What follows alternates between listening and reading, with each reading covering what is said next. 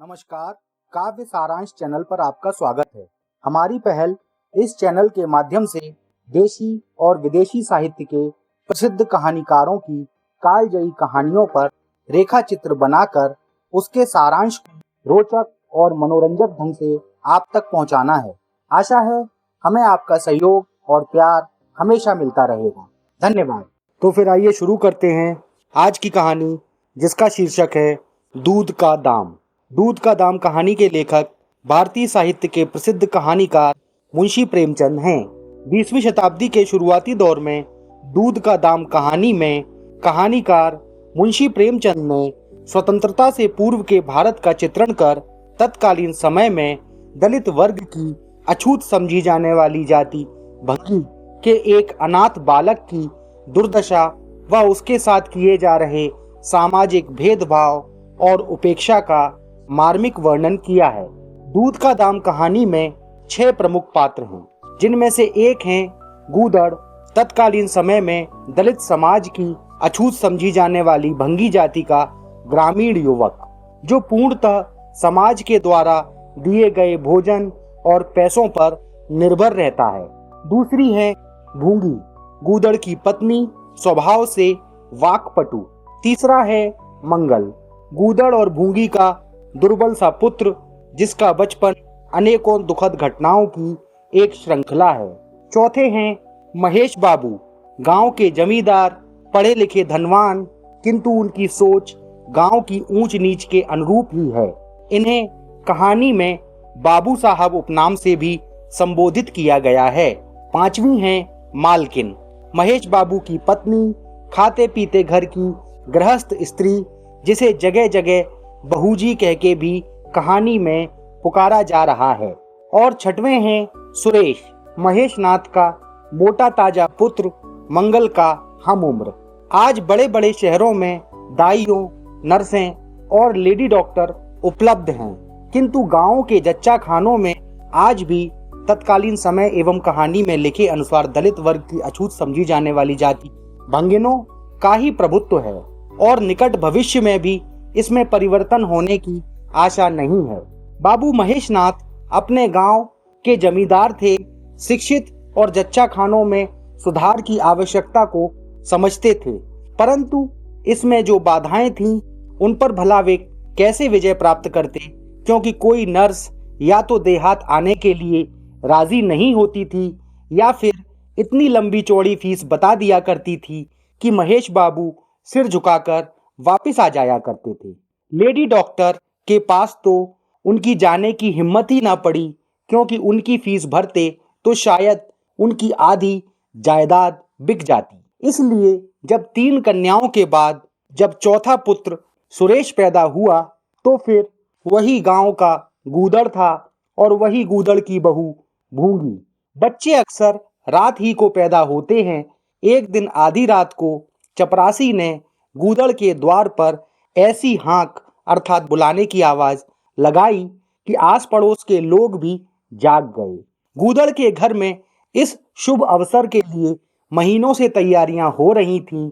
भय था तो यही कि फिर बेटी ना हो जाए, नहीं तो वही बंधा हुआ 1 रुपया और 1 साड़ी मिलकर रह जाएगी। इस विषय में स्त्री पुरुष में कितनी ही बार झगड़ा हो चुका था, शर्त तक लग चुकी थी। भूंगी कहती थी, अगर बेटा ना हुआ तो मैं अपना मुंह ना दिखाऊंगी। हाँ, मुंह ना दिखाऊंगी, सारे लक्षण बेटे के होने के हैं।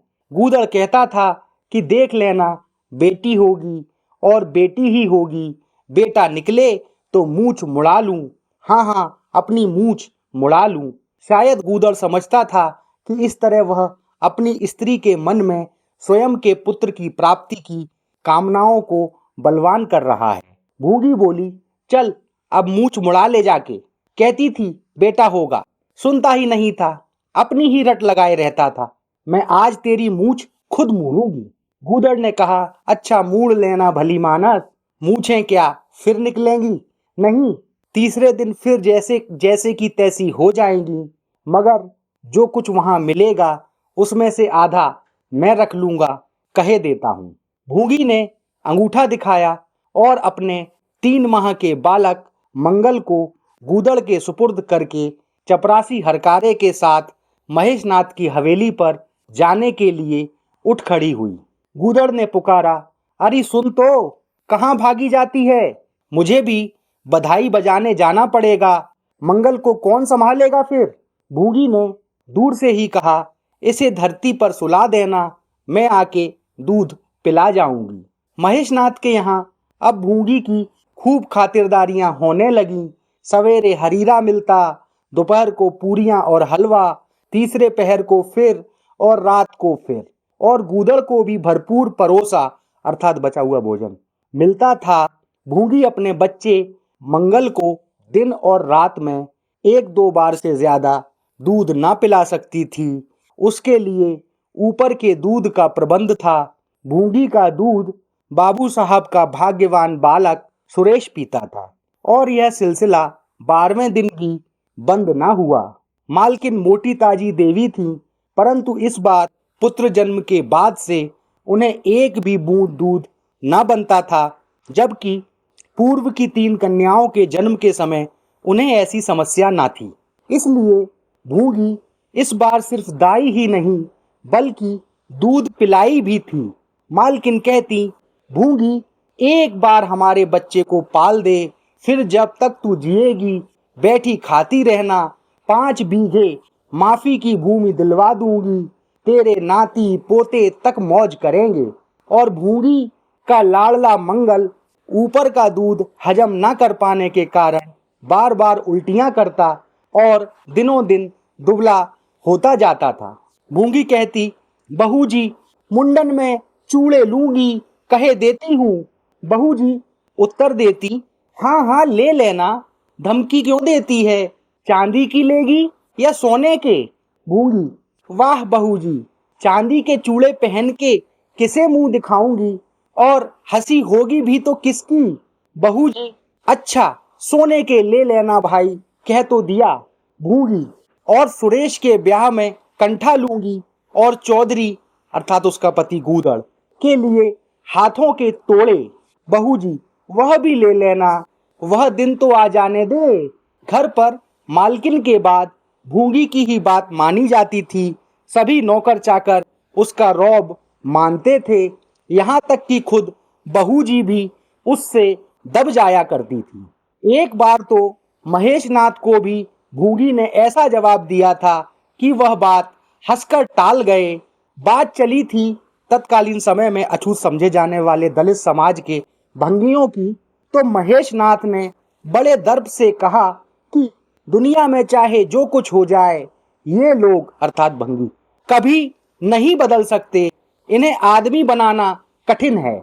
इस पर भूंगी ने कहा, मालिक भंगी तो बड़ों बड़ों को आदमी बनाते हैं, उन्हें कोई क्या आदमी बनाएगा?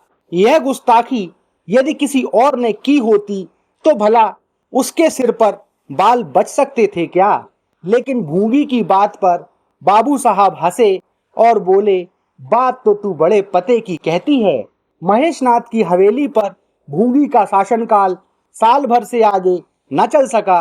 ऊंचे और कुलीन वर्ग के महेशनाथ के बालक सुरेश को तत्कालीन दलित भंगिन भूंगी का दूध पीने पर आपत्ति की। मोटे राम शास्त्री तो प्रायश्चित करने तक का प्रस्ताव कर बैठे। दूध पीना तो छुड़ा दिया गया, लेकिन प्रायश्चित की बात हंसी में उड़ गई। महेशनाथ ने कुछ क्रोधित स्वर में कहा, प्रायश्चित की बात खूब कही शास्त्री जी, कल तक उसी भंगिन का खून पीकर सुरेश पला, अब उसमें छूत घुस गई है। वाह रे धर्म! शास्त्री जी शिखा फटकार कर बोले, यह सत्य है, कल तक यह होता रहा, लेकिन कल की बात और थी, परंतु आज की बात आज। जगन्नाथपुरी में छूत अछूत सब एक ही पंगत में खाते हैं, पर यहाँ तो नहीं खा सकते ना। बीमारी में तो हम भी कपड़े पहनकर भोजन खा लेते हैं, खिचड़ी तक खा लेते हैं बाबूजी, लेकिन अच्छे हो जाने पर तो नियमों का पालन करना ही पड़ता है। आपदा काल की बात न्यारी है। महेशनाथ, तो इसका अर्थ है कि धर्म बदलता रहता है, कभी कुछ कभी कुछ। शास्त्री जी, और क्या, राजा का धर्म अलग, प्रजा का धर्म अलग, अमीर का धर्म अलग, गरीब का धर्म अलग। राजे महाराजे जो चाहें खाएं, जिसके साथ चाहें खाएं, जिसके साथ चाहें शादी ब्याह करें, उनके लिए कोई बंधन नहीं। वे समर्थ पुरुष हैं, बंधन तो मध्य वालों के लिए है। प्रायश्चित तो ना हुआ, लेकिन भूंगी को दाई और दूध पिलाई के काम से हटना पड़ा। हाँ, दान दक्षिणा इतनी मिली कि वह अकेले ले ना जा सकी, और सोने के चूड़े भी मिले। एक की जगह दो नई सुंदर साड़ियां और भी अनेकों वस्तुएं भूंगी को मिली थीं। इस साल प्लेग ने जोर बांधा और गूदड़ पहले ही चपेट में आ गया और सिधार गया। भूंगी अकेली रह गई, पर गृहस्थी ज्यों की त्यों चलती रही। लोग ताक लगाए बैठे थे, भूंगी अब किसी न किसी का हाथ थाम लेगी। लोग कयास लगाते ही रह गए, लेकिन भूंगी ने कभी हामी ना भरी। देखते देखते 5 साल बीत गए। भूंगी का बालक मंगल देखने में दुर्बल और सदा रोगी सा लगता था, अब दौड़ने लगा है। मंगल महेशनाथ के पुत्र सुरेश के बराबर है, परंतु वह सुरेश के सामने पिद्दी सा लगता है। एक दिन भूंगी महेशनाथ के घर का परनाला साफ कर रही थी। महीनों से जमा गंदगी के कारण आंगन में पानी भरा रहने लगा था। परनाले में एक लंबा मोटा बांस डालकर जोर से हिला रही थी। उसका पूरा हाथ परनाले के अंदर तक बार बार जा रहा था कि तभी भूंगी ने चिल्लाकर हाथ बाहर निकाल लिया, और उसी समय एक काला सांप परनाले से निकलकर भागा। सबने समझा कि वह पानी का सांप है, विषैला ना होगा, इसलिए पहले कुछ गफलत और देरी की गई। जब विष देह में फैल गया और लहरें आने लगीं, तब पता चला कि वह पानी का सांप नहीं, गेहूं था। परिणाम स्वरूप भूंगी की भी अकाल मृत्यु हो गई। मंगल अब अनाथ है, दिन भर महेश बाबू के द्वार पर मंडराया करता है। उनके घर में जूठन इतना बचता था कि ऐसे ऐसे 10-5 बालक पल सकते थे, अतः मंगल को खाने की कोई कमी न थी। हाँ, मंगल को तब बुरा अवश्य लगता था जब उसे मिट्टी के कटोरों में ऊपर से खाना दिया जाता था। सब लोग अच्छे अच्छे बर्तनों में खाते थे, उसके लिए ये मिट्टी के कटोरे क्यों? उस बेचारे अबोध अनाथ को तो इस भेदभाव का बिल्कुल भी ज्ञान न था, लेकिन गांव के लोग उसको चिढ़ा चिढ़ा कर अपमानित करते रहते थे। कोई उसे अपने साथ खेलने नहीं देता था। महेशनाथ की हवेली के सामने एक नीम का पेड़ था, उसी के नीचे टाट पर मंगल सोता था। यही मंगल का डेरा था। एक फटा सा टाट का टुकड़ा, 2 मिट्टी के कटोरे और एक धोती जो सुरेश बाबू की उतरन थी, बस यही मंगल की संपत्ति थी। जाड़ा, गर्मी, बरसात, हर एक मौसम में वह जगह एक समान कष्टदायक थी, और उससे भी अधिक भाग्य का बली तो मंगल था, जो झुलसती हुई लू, गलते हुए जाड़े और मूसलाधार वर्षा में भी जिंदा और पहले से कहीं अधिक स्वस्थ था। मंगल का कोई अपना न था, तो गांव का एक कुत्ता जो अन्य कुत्तों से डरकर मंगल की शरण में आ पड़ा था। दोनों एक ही खाना खाते, एक ही टाट पे सोते, तबीयत भी दोनों की एक सी थी। शायद दोनों एक दूसरे का स्वभाव जान गए थे। उनमें कभी आपस में झगड़ा नहीं होता था। गांव के धर्मात्मा लोग बाबू साहब महेशनाथ की इस उदारता पर बड़ा आश्चर्य करते कि द्वार से मात्र 50 हाथ की दूरी पर एक अछूत बालक मंगल का यूं पड़ा रहना उन्हें धर्म विरुद्ध क्यों नहीं जान पड़ता। वे प्रायः ही कहते थे कि अब तो धर्म का अंत ही समझो, अछूत बालक को भी भगवान ने ही रचा है, यह हम भी जानते हैं। उसके साथ हमें अन्याय नहीं करना चाहिए, यह हम सभी को मालूम है।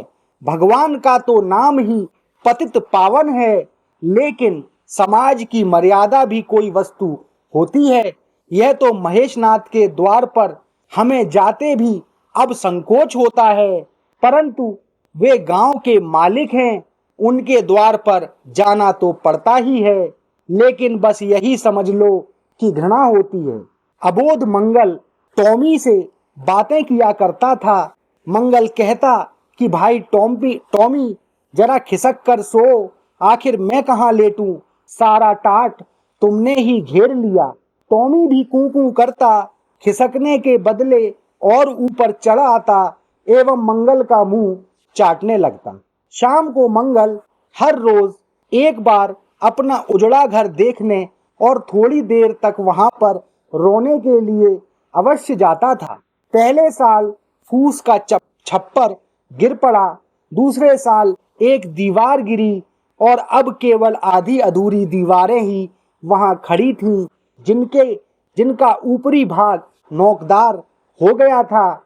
यहाँ पर मंगल को स्नेह की संपत्ति मिलती थी, वही बचपन की अनेकों स्मृतियां, उसका शैशव काल तथा उसके माता पिता की बहुत ही धुंधली सी यादों का आकर्षण उसे इस उजाड़ घर में खींच लाता था। मंगल नोकदार दीवार पर बैठ जाता और जीवन के बीते हुए और आने वाले दिनों के स्वप्न देखने लगता और टॉमी बार बार उसकी गोद में बैठने की असफल चेष्टा करता। एक दिन कई लड़के खेल रहे थे, मंगल भी पहुंचकर दूर खड़ा हो गया। या तो महेशनाथ के पुत्र सुरेश को उस पर दया आ गई या खेलने वालों की जोड़ी पूरी ना हो पा रही थी, यह कह नहीं सकते, परंतु जो कुछ भी हो, उपाय यह हुआ कि आज मंगल को भी खेल में शामिल कर लिया जाए। यहाँ कौन देखने आता है? सुरेश बोला। क्यों रे मंगल, खेलेगा?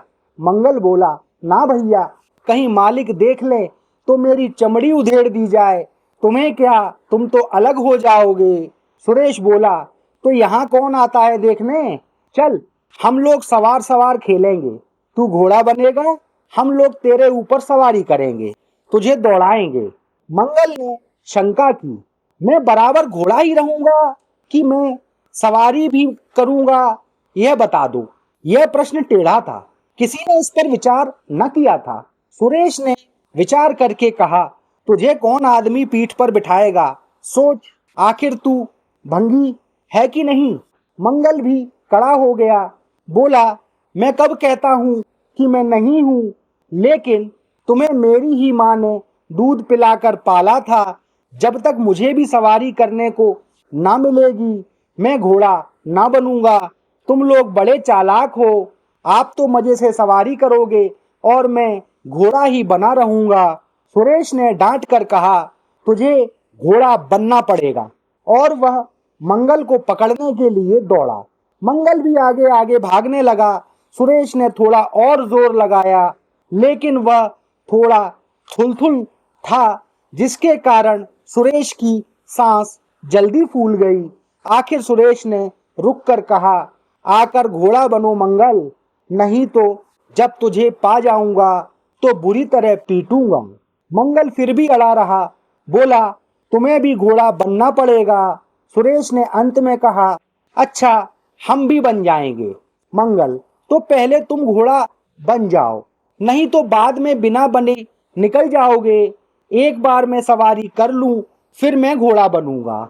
सुरेश मंगल को सचमुच चकमा देना चाहता था, परंतु मंगल चकमा नहीं खाना चाहता था। फिर सुरेश अपने अन्य साथियों से बोला, देखते हो इसकी बदमाशी, नीच है ना इसलिए। सुरेश और उसके तीनों साथियों ने मंगल को घेर लिया और जबरदस्ती घोड़ा बना दिया।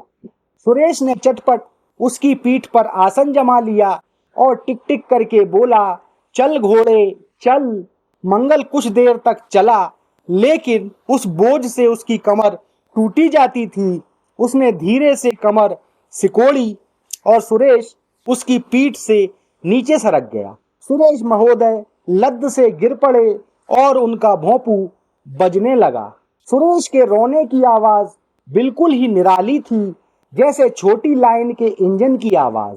उसके रोने की आवाज जैसे ही उसकी माँ के कानों में पड़ी, वे तुरंत महरी से बोली, देख तो सुरेश कहीं रो रहा है, पूछ तो किसने मारा है। इतने में सुरेश स्वयं आंखें मलता हुआ आया। उसे जब भी रोने का अवसर मिलता वह माँ के पास अपनी फरियाद करने अवश्य आता था। माँ उसे मिठाई मेवे इत्यादि देकर बहला देती थी। सुरेश थे तो 8 साल के, मगर बिल्कुल जिद्दी और नासमझ।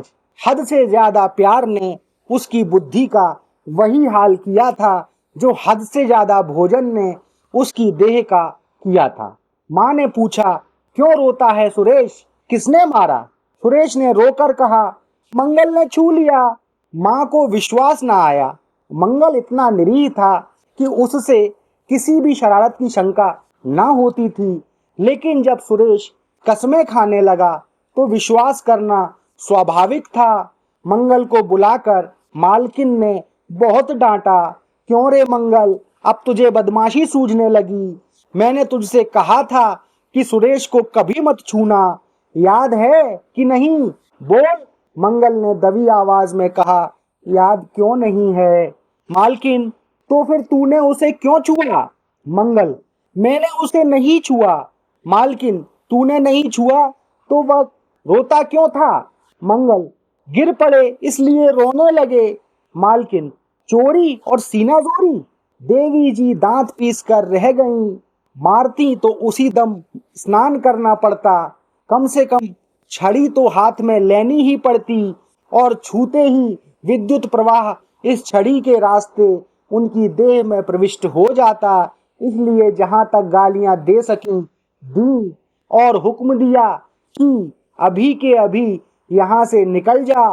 फिर जो इस द्वार पर मंगल तेरी सूरत नजर आई तो तेरा खून ही पी जाऊंगी। मुफ्त की रोटियां खा खा कर शरारत सूझती हैं आदि। मंगल में गैरत तो क्या थी, हाँ डर अवश्य था। चुपके से अपने कसोरे उठाए, टाट का टुकड़ा बगल में दबाया और रोता हुआ वहां से चल पड़ा। अब वह यहाँ कभी ना आएगा। यही तो होगा कि भूखों मर जाएगा, इसमें क्या हरज है? इस तरह जीने से फायदा ही क्या? गांव में उसके लिए और कहाँ ठिकाना था भला? अछूत को कौन पनाह देता? उसी खंडर की ओर चला जहां भले दिनों की स्मृतियां उसके आंसू पहुंच सकती थी, और वहां वह खूब फूट फूट कर रोया। उसी क्षण टॉमी भी उसे ढूंढता हुआ आ पहुंचा और दोनों फिर अपनी व्यथा भूल गए। लेकिन ज्यों-ज्यों प्रकाश क्षीण होता जाता था, मंगल की ग्लानि भी क्षीण होती जाती थी। बचपन को बेचैन करने वाली भूख देह का रक्त पी पी कर और भी बलवान होती जाती थी। आंखें बार बार कसोरों की ओर उठ जाती और जीवा भोजन के अनेकों प्रकार के स्वादों का अनुभव करने लगती। अगर वहां तक तो अब सुरेश की जूठी मिठाइयां खाने को अगर वहां होता तो अब तक सुरेश की जूठी मिठाइयां खाने को मिल गई होती। यहाँ क्या धूल फांकी? मंगल ने टॉमी से सलाह की, खाओगे क्या टॉमी? मैं तो भूखा लेटा रहूंगा। टॉमी ने कू करके शायद कहा, इस तरह अपमान तो जिंदगी भर सहना है। यों हिम्मत हारोगे तो कैसे काम चलेगा? मुझे देखो ना, कभी किसी ने डंडा मारा तो मैं चिल्ला उठा, फिर जरा देर बाद दुम हिलाता हुआ उसके पास दोबारा जा पहुंचा। हम तुम दोनों इसीलिए बने हैं भाई। मंगल ने टॉमी से कहा, तो तुम जाओ, मैं जो कुछ मिले वहां खा लेना। चूंकि मंगल और टॉमी में घनिष्ठता थी, अतः मंगल अपने मन में टॉमी की स्वान भाषा से आशय निकाल रहा है कि टॉमी उससे कह रहा है कि अकेले मैं नहीं जाऊंगा, तुम्हें साथ लेकर चलूंगा। मंगल, मैं नहीं जाता। टॉमी, तो मैं भी नहीं जाता। मंगल, भूखों मर जाओगे। टॉमी, तो तुम भी मर जाओगे। मंगल, मेरा कौन बैठा है जो रोएगा? टॉमी, यहाँ भी वही हाल है भाई मंगल। क्वार में जिस कुतिया से प्रेम किया था उसने बेवफाई की और अब कल्लू कुत्ते के साथ है। खैरियत ये है कि वह अपने बच्चे साथ लेती गई नहीं तो मेरी जान मुश्किल में पड़ जाती, 5-5 बच्चों को कौन पालता। भूख जब अपनी पराकाष्ठा पर आती है तो अन्योन्य युक्तियां खोज ही लेती है। जैसे कुछ क्षण बाद अब मंगल ने कहा, मालकिन हमें खोज नहीं होगी क्या टॉमी। मंगल अपने मन में, और क्या, बाबूजी और सुरेश खा चुके होंगे। कहार ने उनकी थाली से जूठन निकाल लिया होगा और हमें पुकार रहा होगा। मंगल आगे अपने मन में, बाबूजी और सुरेश की थालियों में घी खूब रहता है और वह मीठी मीठी, हाँ, मलाई कहार सबका सब घूरे पे डाल देगा। मंगल आगे अपने मन में, देखें हमें खोजने कोई आता है क्या। फिर और आगे मंगल अपने मन में, खोजने कौन आएगा, क्या कोई पुरोहित हो। एक बार मंगल मंगल पुकारेगा और बस थाली पर नाले में उड़ेल दी जाएगी। मंगल आगे अपने मन में सोचता है, अच्छा चलो चलें, मगर मैं छिपा रहूंगा। अगर किसी ने मेरा नाम लेकर ना पुकारा तो मैं लौट आऊंगा, यह समझ लो टॉमी। मंगल और टॉमी वहां से निकले और आकर महेशनाथ के द्वार पर अंधेरे में दुबक कर खड़े हो गए। मगर टॉमी को सब्र कहाँ, वह धीरे से अंदर घुस गया। देखा कि महेशनाथ और सुरेश थाली पर भोजन हेतु बैठ गए हैं। डर यह था कि कोई टॉमी को डंडा ना मार दे। तभी नौकरों में बातचीत हो रही थी। एक कहता है कि आज मंगलवा दिखाई नहीं देता, मालकिन ने डांट कर भगा दिया शायद। दूसरे ने जवाब दिया कि अच्छा हुआ निकाल दिया गया। सवेरे सवेरे उस भंगी तत्कालीन समय अनुसार का मुंह देखना अशुभ था। मंगल और भी अंधेरे में खिसक गया। वह निराशा की गहरी गर्त में डूब गया। महेशनाथ थाली से उठ गए। नौकर हाथ धुला रहा है। अब हुक्का पिएंगे और विश्राम करेंगे। सुरेश अपनी माँ की गोद में बैठा कोई कहानी सुनता सुनता सो जाएगा। गरीब मंगल की किसे चिंता है। इतनी देर हो गई, किसी ने भूल से भी उसे ना पुकारा। कुछ देर तक मंगल निराश सा वहां खड़ा रहा। फिर एक लंबी सांस खींचकर वहां से जाना चाहता था कि कहार पत्तल में थाली की जूठन ले जाता नजर आया। मंगल अंधेरे से निकलकर प्रकाश में अधीर और निर्लज्जों की तरह सामने आकर खड़ा हो गया।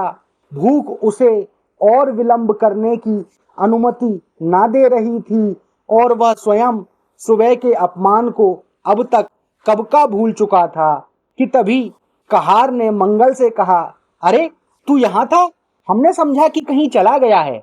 ले खा ले, मैं फेंकने ही ले जा रहा था।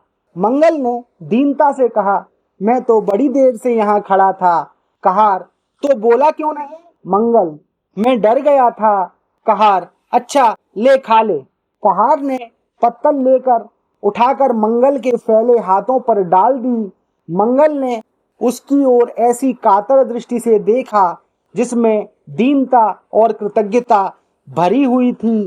टॉमी भी बाहर आ गया था। दोनों वहीं नीम के नीचे पत्तल में खाने लगे।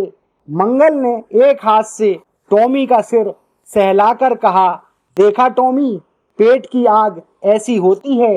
अब सोच, अगर ये लात की मारी हुई रोटियां भी ना मिलती तो क्या करते।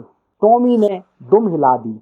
मंगल ने आगे कहा कि सुरेश को मेरी अम्मा भूंगी ने अपना दूध पिलाकर पाला था।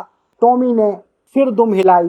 मंगल ने और आगे कहा कि लोग कहते हैं कि दूध का दाम कोई नहीं चुका सकता और मुझे यह दूध का दाम ही मिल रहा है। टॉमी ने फिर से दुम हिलाई। मित्रों, यह संवेदनशील कहानी कुछ और नहीं, हमारे समाज के अतीत का कुरूप चेहरा हमारे सामने स्पष्टतः प्रदर्शित कर रही है। कहानी में एक अबोध बालक की असुरक्षा और पीड़ा को समाज कैसे मूक दर्शक होकर देख रहा है, केवल इसलिए क्योंकि वह एक अछूत जाति से है। भेदभाव, अस्पृश्यता और अपमान समाज के किसी भी वर्ग में असहनीय है। गरिमापूर्ण जीवन सभी की मौलिक आवश्यकता है। यद्यपि कहानी में इस गरिमा का बोध उस अबोध बालक मंगल को भी है, परंतु भूख उसके इस बोध को उसकी विवशता में बदल देती है और वह जूठन को ही अपना अधिकार समझकर स्वयं को संतुष्ट कर लेता है। यह हृदय स्पर्शी कहानी हमें यह शिक्षा देती है कि भेदभाव, अस्पृश्यता और अपमान समाज के किसी भी स्तर पर असहनीय है। मित्रों, आपको ये कहानी कैसी लगी जरूर कमेंट कीजिए, और यदि आपको हमारा यह प्रयास अच्छा लगा हो तो वीडियो को लाइक और चैनल को सब्सक्राइब करें। इन्हीं शब्दों के साथ आपका बहुत बहुत धन्यवाद।